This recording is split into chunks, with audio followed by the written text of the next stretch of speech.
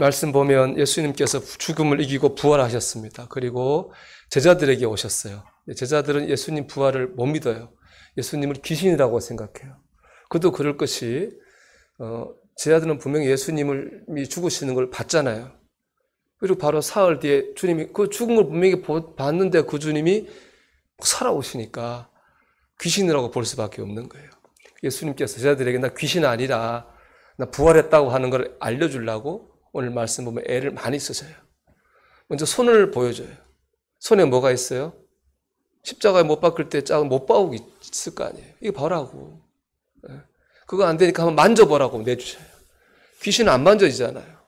살아있는 사람은 살과 뼈가 만져지잖아요. 만져보라고 주님 몸을 내주세요. 근데 제자들이 그거로도 반신반의하는 거예요. 그러니까 주님이 음식 가져오라고 하셔요. 오늘 41, 43절의 말씀이죠. 이르시되 여기 무슨 먹을 것이 있느냐 하시니 이에 구운 생선 한 토막을 드리니 받으사 그 앞에서 잡수시더라. 귀신은 못 먹잖아요. 사람은 먹잖아요. 주님이 부활하신 사람이라고 하는 걸 보여주려고 주님은 거기서 생선을 드셨습니다. 이것처럼 주님은 제자들에게 부활하셨다고 하는 것을 알려주시려고 애를 많이 쓰셨어요. 나 귀신 아니고 난 부활했어. 이게 바로 제자들을 향한 주님의 마음이었죠. 우리의 마음 똑같습니다. 이 시간 우리 가운데 계신 주님 우리에게 말씀하는 거예요. 나 부활했어. 나 살아났어. 우리는 귀신이라고 보진 않겠죠. 우리 안에 있는 것은 뭐겠죠? 관념이죠. 부활, 영생, 천국은 그냥 성경책에 있는 글씨야. 교리야. 그냥 관념이야. 라고 느끼는 우리 형식적 믿음일 겁니다. 주님의 부활은 내 부활이고 부활이긴 주님의 능력은 내 능력이라고 받아들이지 못하고 있을 수도 있는 우리를 향해 주님 말씀하는 거예요. 부활은 교리도 아니고 부활은 관념도 아니고 부활은 주님께서 이루신 실제적인 역사라는 것입니다. 주님이 죽음을 이기고 살아나셨습니다. 주님이 이렇게까지 부활에 대해 말씀하시는 이유는 무엇입니까? 오늘 말씀만 놓고 먼저 우리에게 평강을 주시기 위해서입니다. 부활하신 주님께서 제자들에게 오셔서 처음 하신 말씀이 뭐예요? 너희에게 평강이 있을지어다. 왜냐? 그때 제자들이 평강하지 않았거든요. 요한복음 20장 19절 말씀 보면 제자들의 모습이 이렇게 기록되어 있어요. 이날 곧 안식 후 첫날 저녁 때에 제자들이 유대인들을 두려워하여 모인 곳들의 문들을 닫았더니 유대인들이 예수님 죽였잖아요. 제자들은 자기들도 죽일까 봐 두려웠어요. 그래서 한 곳에 모여서 문을 닫았어요. 이 문 닫았다고 하는 헬라어는 클레이오라고 하는 단어를 썼는데 이건 닫았다가 아니라 꼭꼭 걸어 잠궜다 이 말이에요. 그만큼 제자들이 두려움 가운데 있었습니다. 그런 제자들에게 주님이 부활하신 주님이 찾아가셨어요. 근데 찾아가시는 방법이 굉장히 특이해요. 여러분 문 잠겼으니까 어떻게 해요? 문 열라고 두드리면 될 거 아니에요. 문 열고 들어가시면 되는데 주님 문으로 안 들어가요. 우리로 말하면 공간 이동을 해요. 벽을 뚫고 공간을 뚫고 제자들에게 짠하고 나타나셨어요. 왜 주님은 문이 아니라 공간을 통해서 공간을 초월함을 통해서 제자들에게 나타나셨을까요? 이런 뜻일 겁니다. 부활하신 주님은 시간과 공간을 초월하여 우리와 함께 하시는 분이라고 하는 것을 알려주기 위해서예요. 우리가 어려운 말로 무소부재라 하잖아요. 하나님은 어디나 계시고 언제나 우리와 함께 하십니다. 그거를 제자들에게 알게 하시려고 주님이 그렇게 하신 거죠. 그 주님을 바라볼 때에 제자들 마음속에 두려움이 사라지고 평강이 됐습니다. 내가 어디에 어떤 상황 가운데 있든지 간에 살아계신 주님이 나와 함께 하신다고 하는 것을 바라보는 순간 어둠은 떠나가고 평안이 임하게 되었습니다. 여러분이 예배당에 들어오기 전에 여러분이 어땠는지 여러분의 각 고민이라든지 걱정이라든지 있었겠죠. 이 시간 주님을 바라보시기 바랍니다. 지금 이 자리에 부활하신 주님이 여러분 가운데 계십니다. 그 주님을 바라볼 때 여러분 여기 올 때 없었던 평강을 얻게 될 거예요. 주님 바라본다고 하는 건 막연한 얘기 아닙니다. 주님을 바라본다고 하는 건 뭐냐면 믿고 맡기는 거예요. 여러분, 저는 여기 지금 두 발로 강단을 밟고 서 있어요. 여러분은 의자에 앉아 있어요. 누가 더 편합니까, 여러분? 여러분 더 편해요. 왜냐? 여러분 몸을 맡기는 부분이 저 발보다 넓어서 그래요. 앉는 것보다 더 편한 건 뭐예요? 누워버리는 거죠. 바닥에 누우면 제일 편해요. 바닥에 눕는다고 하는 건 뭐예요? 바닥에 내 온몸을 맡기는 거예요. 여기서 아는 거예요. 맡길수록 편한 거예요. 많이 맡길수록 많이 편한 거예요. 여러분, 주님께 여러분 많이 맡길수록 많이 편해요. 여러분, 중요하게 생각하는 그걸 맡겨요. 여러분, 귀하게 생각하는 그걸 맡기십시오. 그랬더니 여러분, 평안을 얻게 될 겁니다. 또 있어요. 만약에 강단이 무너질 것 같으면 제가 이렇게 불안해 서 있겠습니까? 여러분, 앉아 의자가 막 부러질 것 같아요. 여러분, 앉아 있으면서도 불안할 거예요. 지진이 막 나고 있어요. 거기 누워있다고 생각해 보세요. 누워있어도 마음이 편치 않을 거예요. 우리가 맡길 수 있는 건 뭐예요? 바닥을 믿으니까 그래요. 바닥을 믿으니까 서 있을 수도 있고 앉아 있을 수도 있고 누워 있을 수도 있어요. 맡기는 것도 마찬가지죠. 믿으니까 맡기는 거예요. 주님을 믿으니까 맡기는 거죠. 여러분, 주님의 살아계심을 믿으십시오. 그리고 맡기십시오. 여러분, 그럴 때 평안을 얻게 될 것입니다. 이것 때문에 살아나신 주님께서 제자들에게 오신 것이고, 이 주일 아침에 예배하는 여러분에게 오신 줄로 믿습니다. 둘째로 부활하신 주님께서 그들에게 오신 이유, 부활을 보여주신 이유, 믿게 하신 이유는 부활의 증인이 되게 하기 위해서입니다. 오늘 본문 48절은 오늘 말씀의 결론이자 주제거든요. 같이 읽어볼게요. 너희는 이 모든 일의 증인이라. 아멘. 이 모든 일은 주님이 죽음 이기고 부활하신 거의 증인이라는 거예요. 여러분, 제자들도 우리도 부활의 증인이라는 거예요. 이것 때문에 주님이 부활을 보여주시고 믿게 하셨어요. 보고 믿어야 증인 되든지 말든지 할 거 아니에요. 보지도 않고 믿지도 않고 어떻게 증인이 될 수가 있겠습니까? 주님께서는 보고 믿게 하심으로 제자들을 부활의 증인으로 택하셨어요. 여러분, 한번 지난 날을 돌이켜 보십시오. 여러분, 지난 날 살면서 주님이 나와 함께 하신다고 하는 거 느낀 적 있습니까? 주님이 나를 도우신다고 하는 거 경험한 적 있습니까? 아, 주님이 내 삶을 인도하시는구나 깨달은 적 있습니까? 평안할 수 없는 상황이었는데 예수님 때문에 여러분 평안을 얻으신 적 있습니까? 여러분, 그런 적 있다면 여러분 주님의 부활의 증인입니다. 왜냐하면 주님께서 여러분에게 그런 은혜를 베푸신 것은 단지 여러분 개인적인 평안을 위해서만이 아니기 때문에 그렇습니다. 여러분이 그 그런 경험을 통해서 여러분을 주님의 부활을 증거하는 증인으로 삼게 하기 위해서 여러분 그런 은혜를 여러분에게 베푸셨습니다.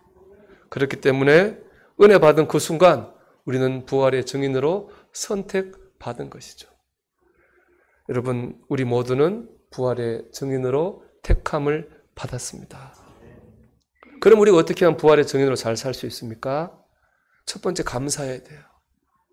여러분, 오늘 말씀 생각하면 참 감사한 거예요. 제자들을 부활의 증인으로 지금 택해 주셨잖아요.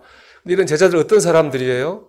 조금 전까지 주님을 배신한 사람들이에요. 자기들 필요할 때는 주님 했다가 주님이 죽으니까 다 도망갔어요. 주님 버리고. 배신자들이에요. 그런 주님이 그랬는데 그런 제자들을 주님이 다시 찾아오시고 그들을 부활의 증인으로 택해 주셨어요. 그 말은 뭐예요? 다시 믿어주셨다는 거예요. 여러분, 세상에서 그렇잖아요. 한 번 배신한 사람 잘 안 믿어요. 왜 그렇습니까? 한 번 배신한 사람은 두 번 더 배신하고 세 번 더 배신할 수 있거든요. 안 믿어요. 근데 주님은 그 제자들을 믿어주셨잖아요. 이게 감사한 거예요. 우리는 뭐 다른가요? 여러분, 지난 한 주간 잘 사셨을 수도 있겠지만 그렇지 않을 수도 있을 거예요. 내 욕심을 죽이지 못해서 말씀대로 못 산 거 많이 있었을 거예요. 낚이지 못하고 두려워한 적도 있었을 거고, 형제를 사랑하고 용서하기는커녕 미워하고 싸운 적도 있었을 거예요. 입술로 아름다운 말하기는커녕 부정적인 말, 원망하는 말, 말로 지졌을 거였죠. 우리가 주님 마음을 아프게 했어요. 주님은 나를 위해 죽으셨는데 우리는 그런 삶을 살지 못했어요. 주님을 배신한 거죠. 그렇지만 주님 우리를 또 이렇게 불러 모아주셨잖아요. 이 예배를 우리를 만나주시잖아요. 우리를 믿어주시잖아요. 이게 감사한 거 아닙니까? 베드로, 주님 못 박히는 날 밤이에요. 베드로가 주님께 이렇게 큰 소리 쳤어요. 주님, 여기 있는 다른 사람 전부 다 주님 버려도 저는 절대로 주님 버리지 않습니다. 저 그런 사람입니다. 얘기했어요. 근데 그 밤이 다 지나기도 전에 베드로는 3번이나 주님 모른다고 부인했어요. 배신했죠. 부활하신 주님이 베드로를 찾아갔어요. 베드로에게 말씀하셨습니다. 베드로야, 내가 나를 사랑하느냐? 내 양을 먹여라. 베드로야, 내가 나를 사랑하느냐? 내 양을 먹여라. 베드로야, 내가 나를 사랑하느냐? 내 양을 쳐라. 베드로를 다시 믿어주시고 베드로에게 사명을 주셨습니다. 주님 연약한 죄인인 우리를 또 믿어주십니다. 그래서 우리를 부활의 증인으로 또다시 세워주시는 겁니다. 부활의 증인 우리가 해야 될 제일 첫 번째는 이거라고 생각해요. 감사하는 일. 여러분 감사하시기를 바랍니다. 두 번째로 전도자라는 분명한 의식을 가지고 살아야 됩니다. 여러분 제가 이제 충주에서 시골에서 목회했잖아요. 시골에서 목회하다 보면은 나들이를 의무적으로 1년에 한 2-3번은 갑니다. 선교회별로. 제가 매일 이제 모시고 가죠. 어디 가면 좋을까 늘 연구를 합니다. 여러분 한강 유람선 몇 번 타보셨어요? 저는 5번도 늦게 타봤어요. 서울 사는 분들 이렇게 못 타봤을 거예요. 낮에 타보고 밤에 타보고. 어떻게 하면 더 좋은 거 보여드릴까? 연구해서 모시고 가요. 근데 이분들 그걸 잘 안 봐요. 뭘 보느냐? 농사 짓는 걸 봐요. 그걸 안 보고 가면서 저 밭에 고추가 참 잘 됐다고. 저기 배추 저렇게 심으면 안 되는데 그런 얘기만 해요. 제가 그걸 보지 마시고 이걸 보시라고 그렇게 얘기를 해요. 알았다고 하고 또 이걸 봐요. 왜 그럴까요? 그분들이 직업이 농부라서 그렇죠. 저도 다르지 않아요. 가면 늘 교회부터 보여요. 저 개척교회 봤으니 개척교회 보면 힘드셨겠구나. 항상 교회부터. 직업이 목사라서 그래요. 이 직업의식이잖아요. 프로의식, 어디 가든 그 생각을 하고 사는 거예요. 여러분, 프로 그리스도인이 되시기 바랍니다. 프로 그리스도인은 뭐죠? 프로 전도자죠. 어디 가든 이 부활의 주님을 전해야 되겠다는 의식을 가지고 사는 거예요. 그 사람은 부활의 증인이 되는 거죠. 시편 23편 5절 우리가 좋아하는 말씀이에요. 주께서 내 원수의 목전에서 내게 상을 차려주시고 기름을 내 머리에 부으셨으니 내 잔이 넘치나이다. 주님이 큰 잔치상을 차려주시고 나한테 풍성하게 하셨어요. 중요한 건 뭐예요? 내 원수의 목전에서 나를 괴롭히던 원수의 코를 납작하게 할 수 있는 얼마나 좋은 이 기회예요. 생각만 해도 기쁘잖아요. 이 말씀 볼 때마다 그래 주님이 복수해 주실 거야. 복수의 의지를 활활 불태우게 돼요. 그런데 세례받은 한 그리스도인이 그 자리에서 이렇게 이 말씀을 고백했다고 그래요. 주님께서는 제게 큰 상을 차려주시고 풍요로움이 넘치게 하여 주셨습니다. 그 자리에 원수도 있게 하셨습니다. 내가 어찌 그 원수를 앞에 나 혼자 풍요로움을 누릴 수 있겠습니까? 제 갈 길은 오직 하나뿐입니다. 하나님께서 주신 그 큰 은혜를 원수와 더불어 나누고 사랑을 베푸는 것입니다. 이 사람은 자기의 풍성함을 복수하는 데 쓰지 않고 전도하는 데 쓰기를 결심하고 있는 거예요. 이 사람이 프로 그리스도는 아니겠어요? 어떤 상황 가운데 있든지 누구를 만나든지 내가 그에게 부활의 주님을 전하고 그의 영혼을 구원해야 되겠다. 그런 마음, 의식 가지고 사는 사람. 바로 그 사람이 부활의 증인이고 프로 그리스도인인 줄 믿습니다. 여러분 아마추어 되지 말고 프로 그리스도인이 되시기를 주의 이름으로 축원합니다. 세 번째로 부활의 증인은 거룩한 원칙을 가지고 살아야 됩니다. 스티븐 코비가 쓴 일종의 이제 묵상집이죠. 첫 번째 것들을 제일 먼저라는 책에 보면 강조하는 게 원칙이에요. 바른 목표를 가지고 사는 것도 좋은데 중요한 건 뭐냐? 그 바른 목표를 이루기 위해서는 바른 삶의 원칙을 가져야 된다는 거예요. 전도해야지. 나 전도하고 싶어. 그건 너무 멋지고 좋은 사명이고 꿈이고 목적이죠. 그런데 보면은 방법이 틀려가지고 전도를 하기는 그냥 오히려 하나님의 영광을 가리고 오히려 사람들 눈살을 찌푸리게 하는 그런 전도하는 모습도 있습니다. 그건 방법이 잘못됐기 때문에 그렇죠. 주님을 위해 살겠다 열정은 충만한데 그 열정을 풀어가는 방식이 잘못돼가지고 오히려 더 나쁜 결과를 만드는 그런 모습도 있습니다. 왜 그렇습니까? 삶을 풀어가는 원칙, 방법이 잘못된 거예요. 그럼 전도자 어떻게 살아? 우리 부활의 증인 어떻게 원칙 가져야 됩니까? 저는 갈라디아 5장 24절이 답이라고 생각해요. 같이 읽어볼게요. 그리스도 예수의 사람들은 육체와 함께 그 정욕과 탐심을 십자가에 못 박았느니라. 아멘. 내가 죽어서 예수가 사는 것. 그게 우리의 삶의 원칙이에요. 우리가 전도를 하든 우리가 뭘 하든 가정에 있든 어디 있든 내가 죽어서 예수를 살게 해야지. 그게 바로 부활의 정의의 원칙이 되어야 됩니다. 이거는 주님의 원칙이잖아요. 주님이 십자가에 죽으셔서 우리를 살리셨잖아요. 그래서 요한복음 보면 내가 나를 보내신 것 같이 나도 너희를 보내노라 이렇게 말했거든요. 주님의 원칙이에요. 여러분 부활의 증인으로 살고 싶고 전도자로 살고 싶고 주님 영광 위에 살고 싶다면 그 방법은요. 나를 죽여서 주님 드러내는 거예요. 내 자존심, 고집 그런 거 있잖아요. 욱하는 거. 그런 거 죽이는 것부터 시작을 해야 됩니다. 그럴 때 우리가 부활의 증인 될 줄로 믿습니다.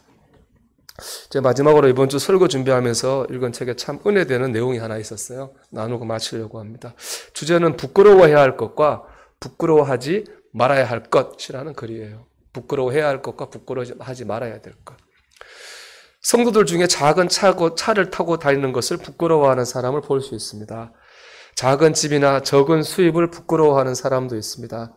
이따금 병든 것을 부끄럽게 여기는 사람들을 만나기도 합니다.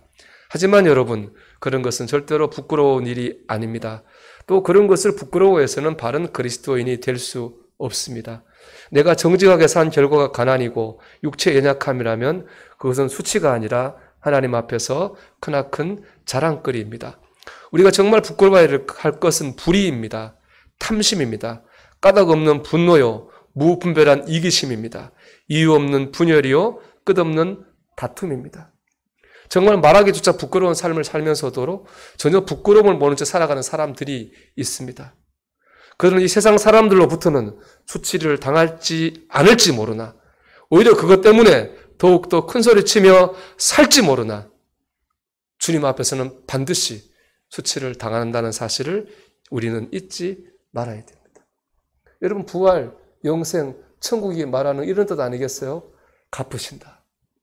하나님 갚으실 거예요. 하나님 갚으시고 상 주시는 방법으로 갚으실 수도 있고 벌 주시는 방법으로도 갚으실 수 있어요. 하나님의 갚으심 있기에 우리가 부끄러워해야 될까 부끄러워하지 않을 것은 다른 거예요. 여러분 믿음으로 사는 것 때문에 가난하고 고난한 거는 부끄러운 일이 아니에요. 여러분 가난해지고 고난해지란 말은 아니에요. 얘기하면서 벌써 얼굴이 어두워져요. 가난 고난 얘기만 꺼내면. 여러분 그렇게 되라고 하는 건 아니지만 믿음으로 사는 그런 것 때문에 우리가 부끄러워할 일은 아니라는 거예요. 정말 우리가 부끄러워할 것은 뭐예요? 하나님께 온전히 맡기지 못하는 연약한 믿음이에요. 감사합니다. 한 번도 말하지 못하고 지나가는 하루예요. 전도는 내일이 아니라 딴 사람이라고 생각하는 그런 생각이죠. 나를 죽여 예수를 살리는 게 아니라 예수를 죽이고 내가 살려고 하는 그런 모습이죠. 우리가 그걸 부끄러워해야 되지 않나요? 여러분 부끄러워해야 할 것을 부끄러워하고 부끄러워하지 않을 것을 부끄러워하지 않는 것, 그것이 바로 부활의 증인으로 살아가는 것이라고 믿습니다. 여러분 우리 한 주간도 부활의 증인, 예수님의 부활이 내 부활이고 예수님의 권세가 내 권세니까 이 부활의 증인으로 살아가는 저와 여러분이 되시기를 주님의 이름으로 축원합니다.